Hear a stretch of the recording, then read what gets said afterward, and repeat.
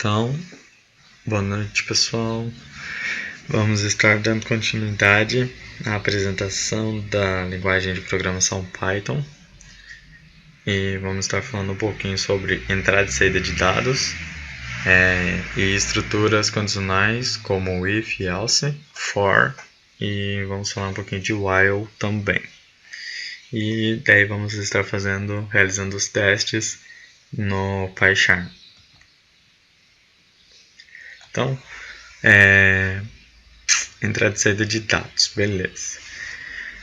Uma das formas de exibir valores de entrada e saída no Python é a função input para a entrada de dados e a função print, abre e fecha parênteses, para a saída de dados. Então, aqui ao lado, vemos na imagem que já estamos no PyCharm. É uma IDE completa, mas ao meu ver, bem melhor do que o idle do Python, porque aqui fica muito mais intuitivo, muito mais visual você administrar o diretório, o seu arquivo Python, e fica muito mais fácil você editar e salvar ele. Então, uma IDE é de grande ajuda. Então, ali temos o Workspace PI, que seria o nosso diretório. Logo abaixo temos o Venv, que seria a biblioteca, que já vem nele por padrão, não precisa fazer nada. Já vem essa pasta de biblioteca. E temos o nosso projeto de arquitetura.py, que seria o nosso arquivinho Python, Então, ali do lado temos o projeto arquitetura.py, que é o arquivo, e dentro desse projeto nós temos essas linhas de códigos aí, que são comandinhos. Então, assim, para entrada de dados, a gente então vai falar sobre o input, que basicamente, ali na primeira linha do código, está assim, o nome, a variável nome, receberá o resultado do input de qual é o seu nome. Então, o input vai ser assim, ele vai te enviar uma mensagem.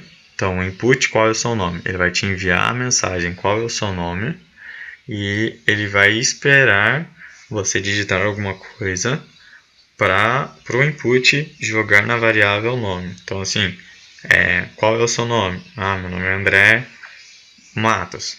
Então, esse André Matos que eu escrevi, ele está armazenado no input. Porém, o meu input, ele está armazenado na minha variável nome. Então, automaticamente, a minha variável nome, que é com a variável que a gente vai trabalhar, minha variável nome, ela está com o André Matos salvo. Então, ali embaixo, aí a gente faz uma saída de dados, que no caso é com a função print. Então, ali, print, é um grande prazer te conhecer. Aí eu coloco uma vírgula, nome. Então, assim, é um grande prazer te conhecer. E esse nome que está fora das aspas, o texto está em verde ali, que é um texto fixo, aquilo ali não muda. E o que está fora das aspas é a variável nome. Então, assim, qualquer coisa que eu colocasse ali na hora que me pedisse o nome, ia aparecer ali embaixo. Então, se eu quisesse colocar abacate, e apareceria uma imagem, uma resposta dizendo: é um grande prazer te conhecer, abacate. Então, assim, porque não tem nenhum tratamento, nenhuma condição que tem que ser o nome, enfim, etc. Não ia tratar nada como errado, isso que eu queria dizer. Mesma coisa para o CPF, então, CPF recebe o input, ou recebe o resultado, do informe seu CPF, por gentileza. Então, assim, ele vai pedir para o usuário informar o CPF e vai jogar. E o input faz com que o valor do CPF que o usuário digitar seja armazenado na variável CPF. E depois, na hora de printar, na hora de fazer a saída de dados, temos um texto fixo, seu CPF está correto? E fora do texto fixo, fora das aspas, temos a variável CPF. Então, seu CPF está correto? 12977 foi esse CPF. Então, seu CPF está correto? Então, poderia ter mais interações, né? Isso é óbvio. Mas, assim, é um jeito da gente estar tendo contato com o usuário de um jeito simples, né? Então, se, por exemplo, nesse segundo print do CPF, eu colocasse a variável nome de novo, apareceria se o CPF está correto. Aí embaixo, em vez daqueles sequências de números, apareceria André Matos. Então, assim, temos que dar, né, certinho qual variável que você linkou ao input ao input correspondente que você vai querer usar, né? Então, assim, as variáveis sempre vão ter o nome ou a abreviação de algo que ela faça, né? Então, nome pode ser um nome pessoal, um nome de um cachorro, enfim, pode ser o nome do carro, pode ser qualquer coisa. CPF é CPF, não tem assim, sabe, um CPF alguma coisa, não, é CPF de uma pessoa existente, né? Então ali no nome, para ficar mais intuitivo ainda, eu poderia estar colocando nome, underline, pessoa, por exemplo. Então, no Python também temos as estruturas condicionais, que o programa deve ser capaz de tomar decisões com base em valores e resultados gerados durante sua execução. Ou seja, deve ser capaz de decidir se determinada instrução deve ou não ser executada de acordo com uma condição. Então, as mais comuns, né, as estruturas mais comuns, são as condições if e else, que são juntas, for, que é separado de while, e while. Então, são essas três mais comuns. Na condição if, então, essa condição ela é uma estrutura que permite avaliar uma expressão e, de acordo com o resultado, né, vai executar uma determinada ação. Então, primeiro ela vai verificar e depois que ela vai executar. Então, aqui no nosso projeto arquitetura, né, no nosso arquivinho, temos uma variável idade que está recebendo 18. No PyCharm, ou na verdade quando você está trabalhando com Python, o legal é que você não precisa especificar o tipo da variável. No Java orientado a objetos, por exemplo, você teria que, se fosse no mesmo exemplo, você teria que colocar um int idade recebe 18. Porque no Java você primeiro especifica qual é o tipo da variável que você vai estar criando. E aqui no Python você só cria a variável e depois, dependendo do que ela vai receber, aí sim ela vai tratar o resto do código, aquela variável com o tipo de valor que você colocou. Então, se eu tivesse colocado idade recebe, abre aspas, André, ela ia tratar a idade como um tipo string, e esse if meu embaixo ali estaria errado, não ia entrar nessa condição de menor de 18, porque a minha idade ela estaria recebendo uma string e não um número, então ia dar um erro ali.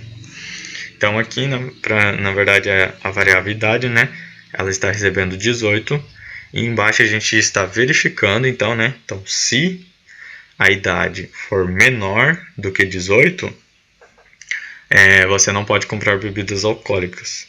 Então, assim, vamos ver o próximo aqui, então. Aqui, ó. Então, no caso do if e else no Python, a gente tem o elif, que no caso no Java, a gente usa algo parecido com if, a condição, como foi mostrado anteriormente. Então, if, idade menor que 18 é a condição.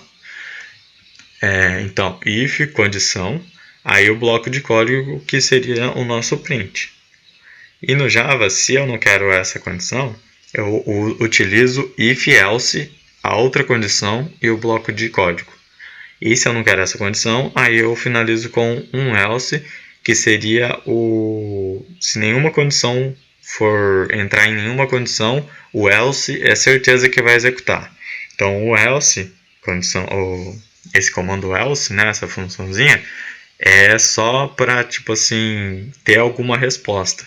Então eu faço if, posso fazer quantos eu quiser, né? If else, ou no caso do Python, elif, mas eu vou mostrar no próximo slide. Então assim, eu crio vários ifs, mas se nenhum atender, por exemplo aqui o primeiro, a idade menor que 18, você não pode comprar bebidas alcoólicas. Mas if else, a idade for maior que 18, aí você pode comprar. Mas e se não for nem menor que 18 nem maior que 18, for menos 4 a idade, então não vai cair em nenhuma dessas duas condições. Então tem que ter alguma coisa para tratar essa condição assim que não tem como ser, entendeu? Mais ou menos isso. Então aqui, ó, nas condições if, no Python, né, nas condições if, temos a condição elif, que seria o mesmo que if e else, mas são tudo junto, apenas um nomezinho só, né? Então juntou o else com o if e ficou elif. Então aqui temos a idade, recebe um int de input com um informe seu nome, por gentileza. Na verdade, a idade, desculpa, ali em cima aquela parte não vai contar. Então, if idade for maior ou igual a 10 e idade for menor que 18, então você é um adolescente e você não pode comprar bebidas alcoólicas. Se não, se a idade for maior que 18 e a idade for menor que 70, você é adulto e tem que beber com moderação. Mas temos mais um elif, né? Se a idade for maior que 70. Então, se a idade for maior que 70, vá com calma, opte por vinho. Então, assim, o elif faz o mesmo papel do if else no Java, só que apenas juntou os dois nomezinhos e ficou apenas um.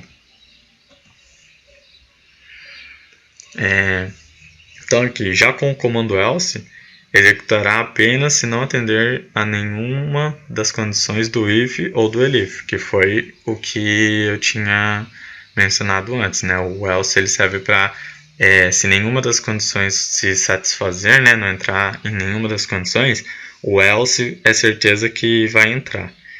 Então, lembre que basicamente a condição elif serve para ligar vários ifs à mesma condição e criando ramificações para várias situações. É possível criar uma árvore de decisão apenas com if tranquilamente. Então, assim, aqui na imagem ao lado, eu pedi para o usuário, né, que informasse a idade. E ali em verdinho está 128. Então, assim, não é maior que 18, né? Mas não é menor que 70, para entrar na parte do print do você é adulto, beba com moderação. Mas é maior que 70, que já é outra condição diferente do menor que 70, né? Mas não tem menos ou igual a 100. Ele tem 128. Então, né? Aí cai no else de você morar no planeta Terra. Porque, né? 128 anos, por exemplo. Meu Deus. Nas estruturas de fora, então, em algumas situações, é comum que uma mesma instrução ou conjunto delas precise ser executada várias vezes seguidas. Nesses casos, normalmente é utilizado um loop ou laço de repetição. Tanto faz, que permite executar um bloco de código repetidas vezes, enquanto uma dada condição é atendida. Então, por exemplo, na nossa foto, temos uma variável nome que está recebendo um vetor de nomes. Então, né, um vetor